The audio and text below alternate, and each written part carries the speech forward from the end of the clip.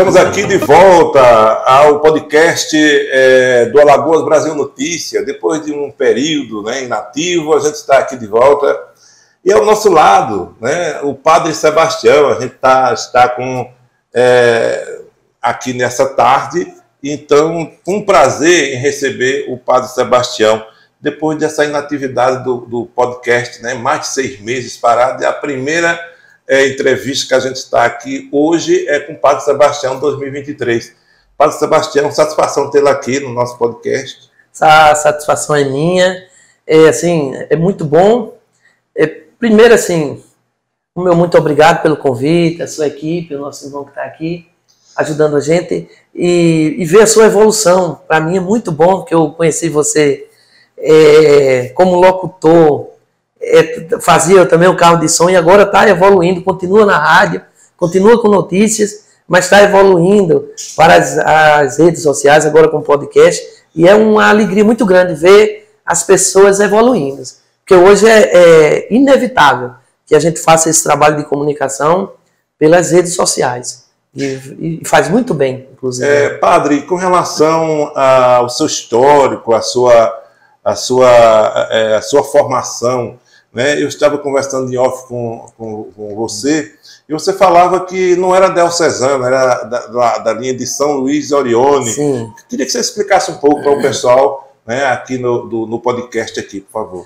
Bem, eu faço parte de uma congregação missionária que chama Pequena Obra da Divina Providência, que foi fundada por um santo, São Luís Orione, e nós trabalhamos com os mais pobres, com os esquecidos da sociedade mesmo, não é? Nós somos missionários. Eu trabalho numa paróquia, mas a minha paróquia trabalha para a missão, trabalha para acolher os pobres, não é?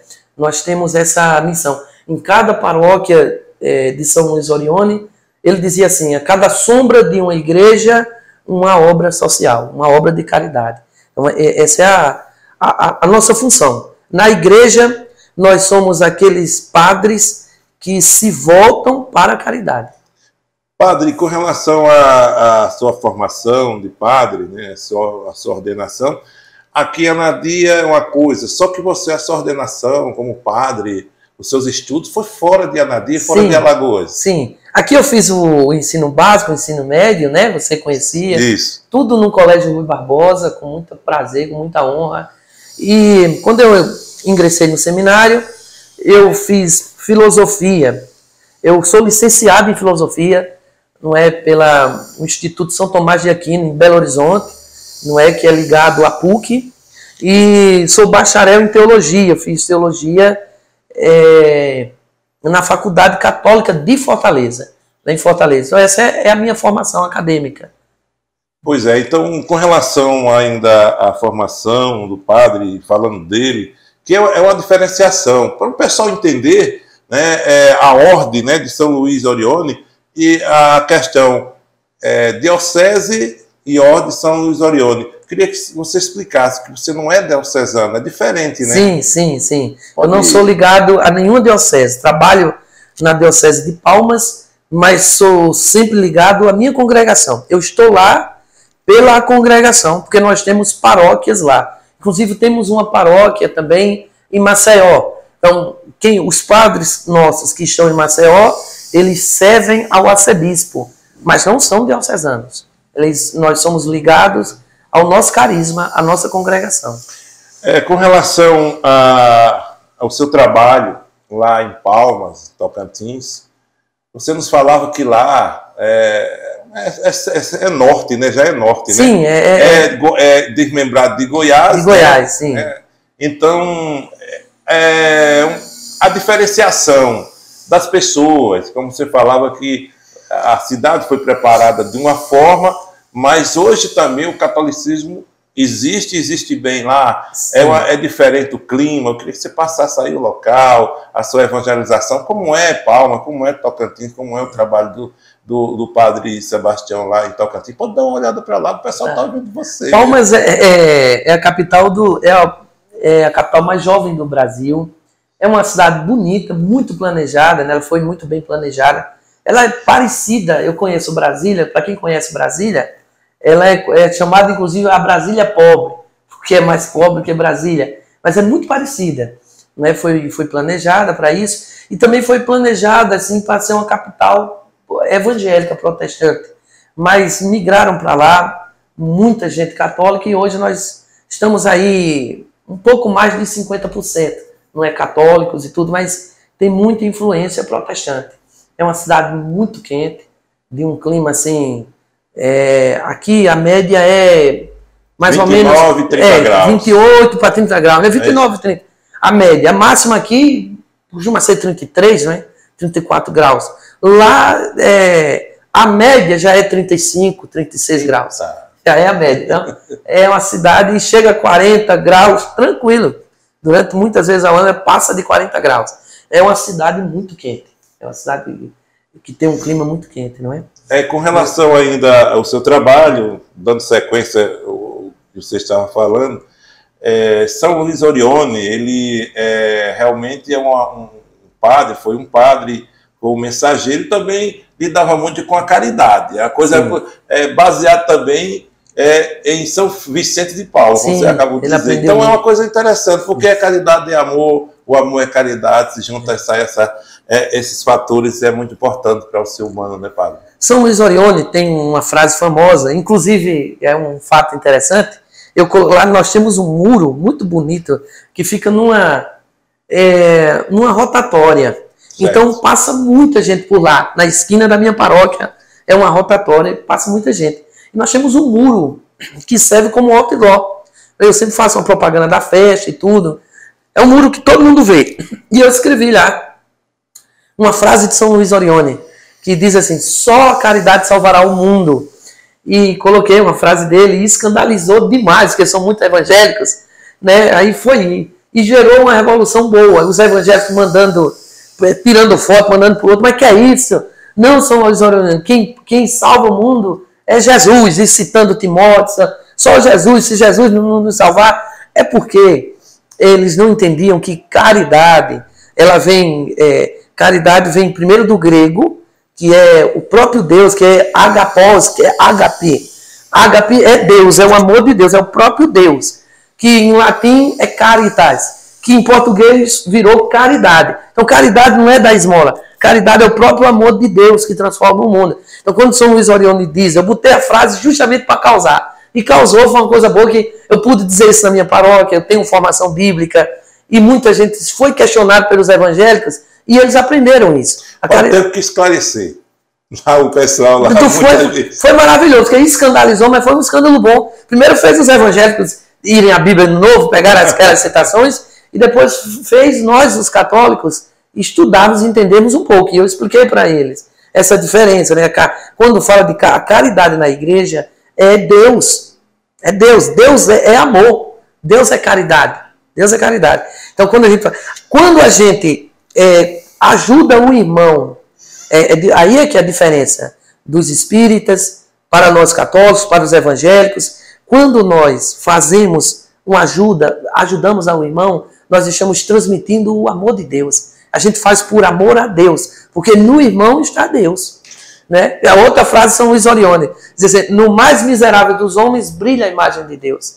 Eu ajudo o caído, o presidiário, o aidético, o deficiente intelectual, aquele que não tem comida, porque nele está Deus. Nele brilha a imagem de Deus. Você é Jesus para mim. Jesus está em você. É por isso que eu te ajudo. Então, isso é caridade. Isso é caridade católica. Caridade não é simplesmente dar uma ajuda. Não, isso os artistas fazem, né? Caridade não é fazer doação, de jeito nenhum. Caridade é partilha. É você tirar do que você tem para ajudar o seu irmão. Muito bem. Com relação ainda à caridade, a gente sabe que existe a parte, né, que eu gosto muito também. Geralmente esses São Vicente, esses seguidores da fé, esses santos, né, que deixaram o mundo e seguiram Jesus Cristo, deram a vida por Jesus.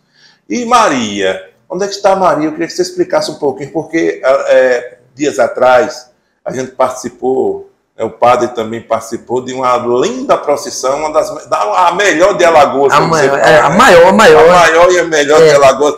Já visto que tem Pilar, tem Arapiraca, mas essa de Anadia é histórica, né, padre? Eu não conheço, mas o padre Eric falou. Mas realmente. Eu não posso dizer com dados estatísticos, mas o nosso pároco falou e ele fala com conhecimento de causa. Mas é a maior mesmo. Né, que hoje é a maior. Santos, etc., homenageando os santos. A quantidade de gente que vem nas novenas já virou uma romaria. Né? A paróquia de Anadia já pode ser considerada um santuário, porque é um lugar de romaria. Tem muita gente que vem de todo o Brasil participar, e a procissão ali, não sei se você consegue quantificar, também não... É difícil, né? Mas então, não é pouca coisa, não é brincadeira você juntar. Amor a Maria, padre? Sim. Maria, para nós, ela é a imagem verdadeira da igreja. É o ícone maior da discípula de Cristo. Para eu ser cristão, eu tenho que olhar para Maria. Maria não é uma santa que eu venero. Não. Primeiro é nossa mãe, porque Jesus nos deu como mãe, no Evangelho de João, diante da cruz, mas também não é só isso. Ela é a verdadeira igreja. Eu só sou igreja se eu conhecer Maria. Eu não posso ser igreja sozinho. Ela é a verdadeira igreja. Esse é o principal que a gente chama da matéria na teologia de Mariologia. A Mariologia começa por aí. Porque eu só sou cristão olhando para Maria. Sem Maria eu não posso ser cristão. Porque ela é a verdadeira discípula. É a maior, é a principal e é o ícone da igreja. Quer explicar o que é a igreja? Você mostra a imagem de Maria. Por isso a imagem de Maria. Por isso não pode ter uma igreja sem a imagem de Maria. De jeito nenhum. Porque quando eu entro na igreja, quero descobrir quem eu sou, eu olho para a imagem dela. Senão eu não sei quem sou. Esse é o principal. Esse é o principal. Aí vem as devoções, né, que tem a ver com tudo isso. Mas o principal é isso. A Maria é a verdadeira igreja.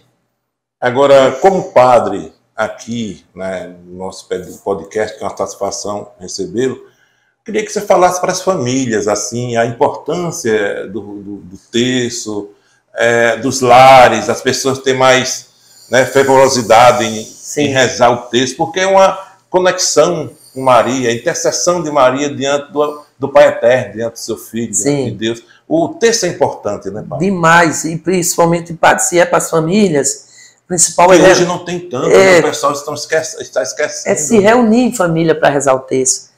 Só de você rezar o terço e passar um tempo junto em família, ali já aconteceu um milagre. Porque nós não temos dificuldade de nos reunir, de estar à mesa, de estar conversando em família em algum lugar. Não conversamos mais. Então, e não estamos mais uns com os outros. Estamos afastados.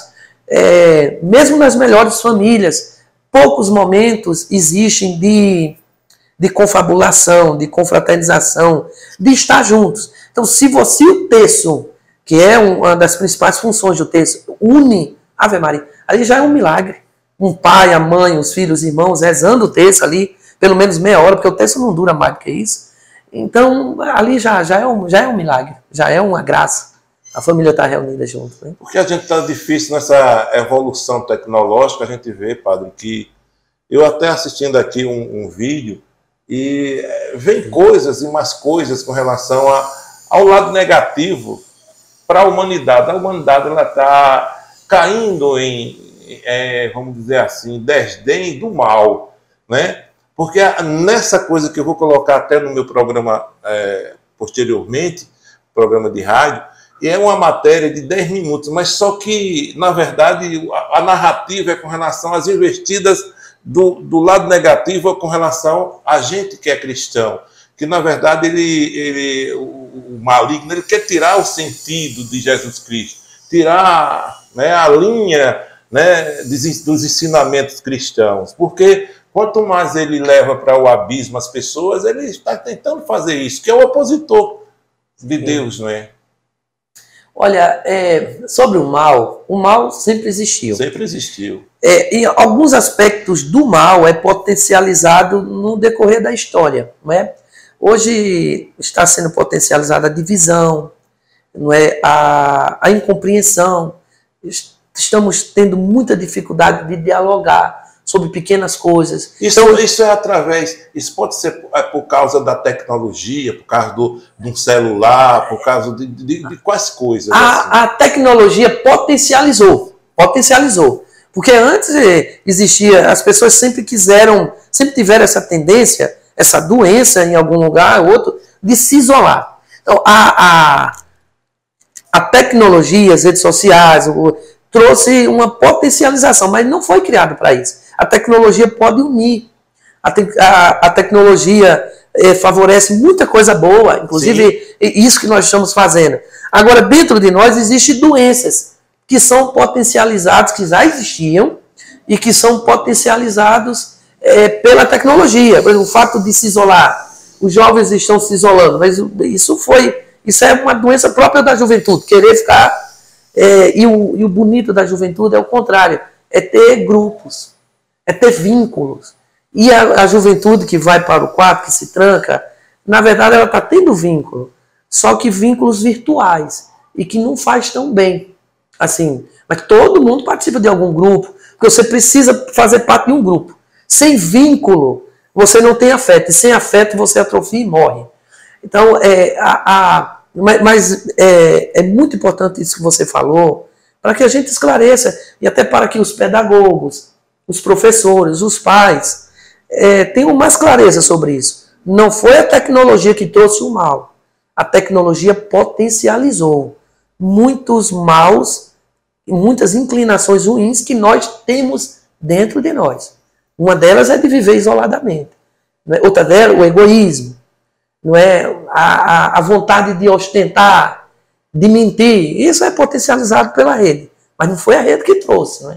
A rede, as comunicações são maravilhosas e deram capacidade de a gente dar uma virada muito grande na comunicação. Isso é bom. Agora, o modo que as pessoas usam hoje, é por isso que é preciso... As fake news, né? Essas coisas. É por isso que é muito importante para o Brasil. Eu falo do Brasil porque eu não conheço outros lugares. Falo só do Brasil, só conheço o Brasil. Uma regulamentação, sim, das redes sociais. Para que você use com cuidado, com critério. Aqui você está lançando. O seu site não precisa de regularização tanto, porque o seu é oficial. Você é um jornalista, não é? E tudo. Então o seu não tem tanto problema, mas tem muitos que não são oficiais. Que não, a tendência, outra coisa, tendência a gente tem. Não adianta. Você tem a sua tendência. Todo jornal, toda rede tem a sua tendência. Por isso é importante a regulamentação. Por quê? A sua tendência não virar fake news. Exatamente o que eu queria dizer, né? Mentiras. Você falar mentira, porque você não. Tendência você tem. Como um jornalista, quando eu vejo, você vê essa escultura aqui, essa imagem, eu tenho uma tendência de dizer que ela é bonita ou feia, que ela serve para cá ou não. Isso é uma tendência. Você tem outra tendência, ele vai ter outra tendência. Ter tendência não é problema. E não adianta. No jornalismo existiu isso. Só que é diferente as redes oficiais, que elas são regulamentadas e elas sofrem a pena. E outras não são regulamentadas. E diz o que diz e parece verdade. Esse é o problema. O que você diz, ele tem que passar pelo crivo da lei e ter pena. Você tem que ser responsabilizado. E na responsabilidade que nós temos como jornalista, ou qualquer uma pessoa que esteja usando a mídia, tem que ter a verdade, né, padre? Sim, a verdade está no lado positivo. A fake news é o lado negativo. Sim, sempre é isso que eu sempre falo, sempre prego. Padre Sebastião, vamos falar um pouquinho de Deus, vamos falar uma coisa interessante. Em off, eu estava conversando com o padre Sebastião, e na verdade a gente falava com relação a Deus, que ele é muito ligado, é uma pessoa muito espiritualista, é uma pessoa que tem uma espiritualidade muito forte. Diga uma coisa com relação ao Antigo Testamento para o Novo Testamento. A vinda, que a gente estava falando da conexão que Deus tinha, né, com os profetas. Aí depois ele veio, os profetas pedem, queria ver a face, e de repente ele veio no Novo Testamento com como ele criou a Virgem Maria. Houve aquele... teve aqui toda aquela criação para ele vir ao mundo, né, através de uma virgem e mostrou a face. Aí você já entrou na área bíblica. É bíblica. Então, para a Bíblia, nós que somos cristãos, a primeira coisa da Bíblia, A Bíblia é a história de amor do povo. É isso que é interessante. Do povo com Deus. Ali é a história do povo de Deus, que ama, que trai, que falha, e de um Deus que acolhe, que acompanha, que educa. A Bíblia, você tem princípios para você ler a Bíblia como cristão. Não é? E eu já falei aqui que a Bíblia é uma biblioteca, então a gente tem que tomar cuidado e lê-la assim. As interpretações é que é o complicado. Né? É o modo que você lê. Jesus disse 2 vezes isso no Evangelho de Lucas, inclusive. Ele disse uma vez para o fariseu. O fariseu perguntou o que é que está escrito. Jesus perguntou como está escrito e como leis. Porque é muito importante o modo que você lê a Bíblia. Não é nem a interpretação. A interpretação ela vem depois. Mas nós temos dificuldades de ler. Porque a gente já lê interpretando. Isso é uma dificuldade, inclusive, não é só em relação à Bíblia, não. É em relação a todo tipo de estudo. Porque primeiro eu leio, a primeira leitura é uma leitura literal. Essa leitura me diz, eu tenho que saber o que é que o texto me diz. A interpretação é eu vou dizer para o texto. A gente não consegue nem a primeira leitura das leituras, né? Mas o que você falou, o Antigo Testamento, para nós que somos cristãos, é profecia. Todo o Antigo Testamento é profecia. Ele está preparando profeticamente a vinda do Filho de Deus. E o Antigo Testamento é o cumprimento da promessa. Não, o Novo Testamento é a promessa feita carne. Pronto, esse é outro princípio. O Antigo Testamento, para nós que somos cristãos, não é lei. De jeito nenhum. É profecia. A nossa lei é o Evangelho. A lei do cristão é Jesus. Essa é a lei, que é o amor. São Paulo briga com e luta. Na carta aos Romanos, na carta aos Gálatas, a segunda carta aos Coríntios. Né, vamos dizer, né? Ele faz uma contraposição entre a lei e o amor, que ele chama carne e espírito. A sua lei é o Espírito Santo de Cristo em você.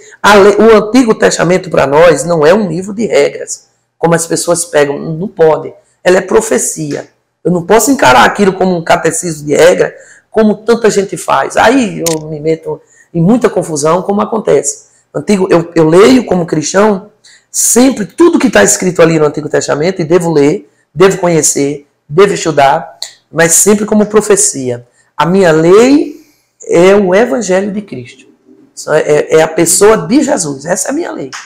O padre, a gente vê... Depois eu vou falar rapidinho, já terminando. Eu vou falar sobre a missa, e uma parte da missa muito importante para você explicar aqui para o pessoal que está ouvindo aqui, né? Com relação ao o Novo Testamento, né? Jesus Cristo que deu a vida por nós.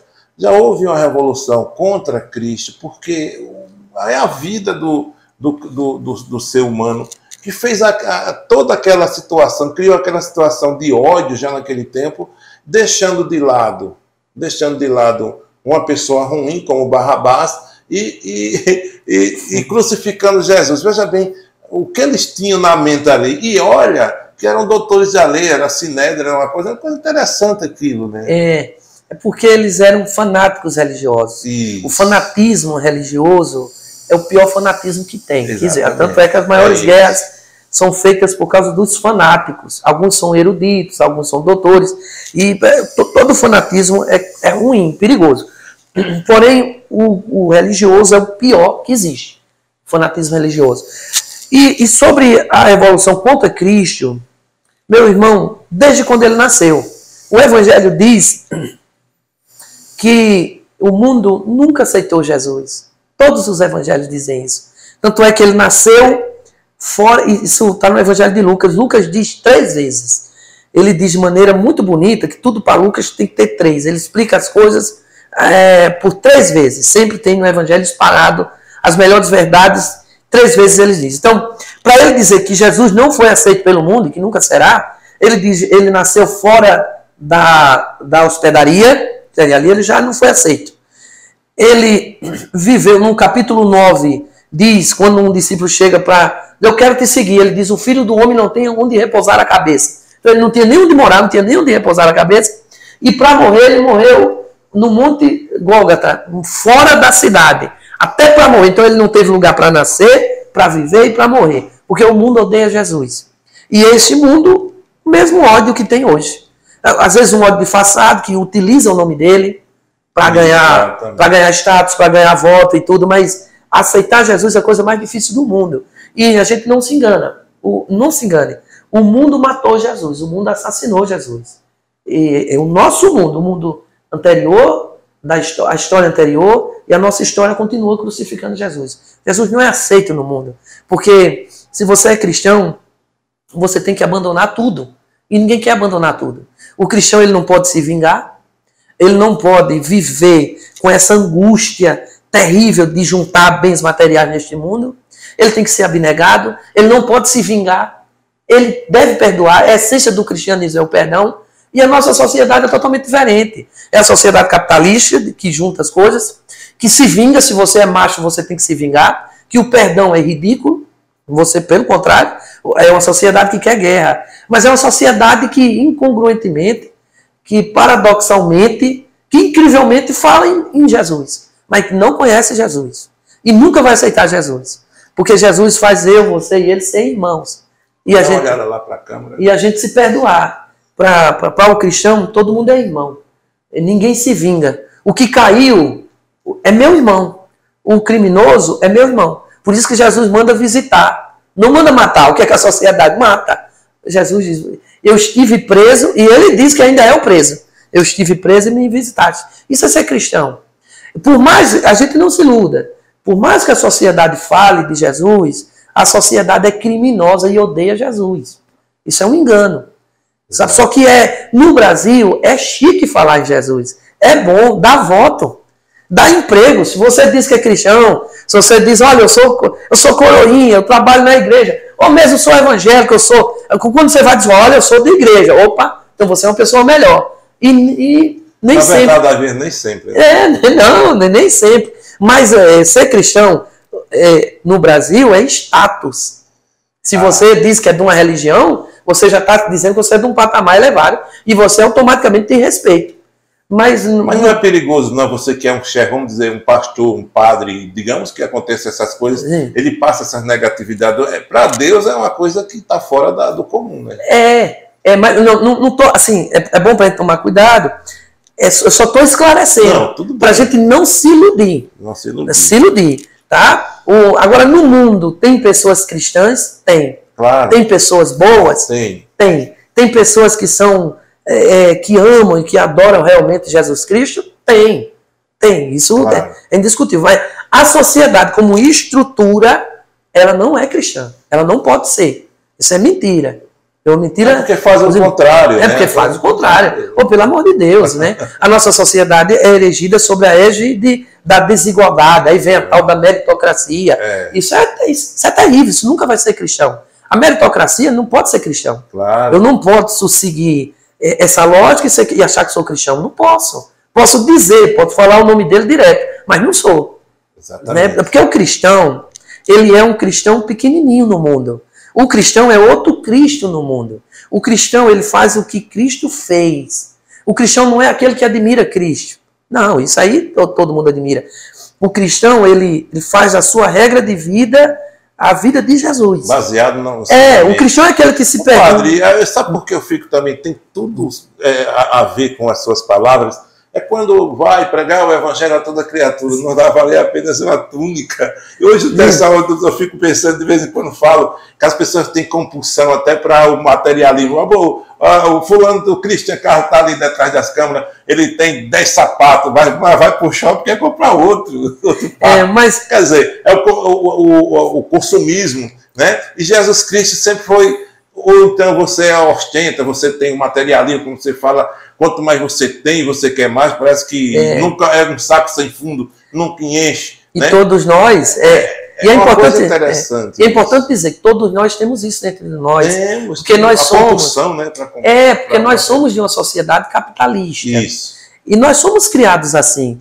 E que não tem nada, porque a gente é criado para confundir trabalhar, fazer sucesso no trabalho, ter dinheiro, porque dependendo do seu trabalho você tem um bom dinheiro, mas não é porque eu tenho um bom dinheiro que eu preciso ostentar com o que eu tenho, que eu preciso juntar as coisas. Porque nós fomos educados para dizer que eu estou bem quando eu junto as coisas. Quanto mais eu tenho, melhor eu estou na vida. É o contrário. Não é porque eu tenho um bom salário que eu tenho que juntar as coisas. Eu posso viver bem com o meu salário e com esse salário fazer bem no mundo. Era para ser assim. Porque o que eu tenho de sobra falta para o meu irmão. Isso é ser cristão. Isso não impede que eu ganhe 30, 40 mil. Tem gente que tem salário. O pecado não é ter salário. O pecado é juntar esse salário só para você. E juntar coisa, comprar coisa, comprar coisa. Compulsivamente. Mas isso, assim, não é de pessoas específicas. Isso é da sociedade. Nós temos, a gente tem que lutar contra isso. Porque nós estamos involucrados. Claro. Nós não estamos fora da sociedade. Eu tenho essa doença. Eu tenho uma camisa e aí eu compro outra. Eu deveria dizer, não, essa que tá boa, eu vou doar para o outro irmão. Todo mundo tem que fazer isso. Eu não preciso ter... isso é o mínimo, mas vai das camisas, da indumentária, das roupas, para aí se estende pela vida. Quem tem um carro quer ter dois, se tem dois quer comprar um bem melhor, e a gente vive nessa angústia. E isso dá depressão, viu? Dá um problema, isso dá confusão, estraga com a vida de muita gente. Exato. Que não precisa isso. Padre, voltando para a parte sagrada, vamos dizer mais sagrada, Bíblia, ou seja, a missa, né? Rituais. Uma das coisas interessantes, além do que falei que é a homilia, existe um momento muito específico no ritual, no momento, que é o pão e o vinho, onde está ali Nosso Senhor Jesus Cristo, que se dá com a consagração de toda a comunidade, que a missa é uma celebração de uma comunidade de fiéis, presidida por alguém ordenado, que nós chamamos de presbítero. A palavra correta é presbítero, que nós chamamos de padre ou sacerdote. Está tudo correto, mas a palavra canônica é presbítero. Eu sou presbítero da Igreja Católica, ordenado. Chama. Então, presidida por mim e celebrada por todos os fiéis, a gente invoca o Espírito Santo e a nossa fé diz que ali se torna. Não é que desce para ali, não, ali é o preciosíssimo corpo e o preciosíssimo sangue de Cristo. Esse é o princípio basilar da nossa fé. Não é? É de onde nasce a igreja. Nós temos uma constituição dogmática, que Sacrosanto Concílio, que diz a Eucaristia faz a igreja. E a Eucaristia faz e a igreja faz a Eucaristia. Então é impossível separar a Eucaristia da igreja. A igreja é a Eucaristia. Então, pois não. Não, é isso aí. Me diga uma coisa, com relação, para terminarmos aqui, esse papo muito interessante. Ser padre hoje, qual o significado, padre Sebastião? Olha, o significado continua o mesmo. E ele vai se renovando, se mostrando sempre por causa da necessidade dos tempos, não é? O que já é do próprio padre. A necessidade hoje é de ser uma figura de união, que não separe, mas que una os fiéis. Não é porque nós somos seres da unidade, isso é próprio, por isso que eu estou dizendo, é o mesmo significado. Mas esses aspectos, como eu já falei, que o mal é potencializado em algum momento da história, também o bem deve ser potencializado em algum momento. Então, o padre é chamado também na igreja de o homem da unidade. Hoje é um dos aspectos... Já pensou um município de Anadia com tantos fiéis, com tantos munícipes, né, e não ter um representante? Seria difícil, né? Então, o padre, como um representante ali, ele une as várias pastorais, os vários pensamentos, né, as várias necessidades, se unem nele e ele cuida de todos. Mas eu penso que um aspecto hoje é esse, é ser um ser aberto, de diálogo e de unidade. Sempre de unidade. Ele tem que unir. Porque na igreja tem várias cabeças, vários pensamentos, várias culturas numa mesma paróquia. Então ele é mandado para a paróquia para unir, para ser um pai para todo mundo que está ali. Nele, todo fiel tem que encontrar um ponto de unidade, um ponto de apoio, um amigo, um irmão mais velho. É essa a situação. Muito bem. Padre, foi muito bom conversar contigo. Eu espero que quando voltar, sempre a gente vai ter essa conexão maior, conversar, né, através da mídia, né? Então, a gente, na verdade, eu só quero desejar que Deus esteja sempre dando força ao Sebastião. Continue, né, com essa força espiritual que você tem, porque você derrama bênção, né? Eu acredito que quando você é de Deus, né, a gente onde passa derrama bênção, né? Então, na verdade, a missa, o evangelho, sempre você vai ser pautado, você ser a pauta especial do Sebastião. Quando você voltar para lá, que você seja feliz mais ainda e nunca deixa a Nadia, né? Não posso, a Nadia. Né? Felicidade para você, viu, Sebastião? Muito obrigado. Considerações finais. Viu? Muito obrigado a vocês. Parabenizo de novo não pela só iniciativa, pela evolução. Não é? E hoje você dá, né? Muito bacana.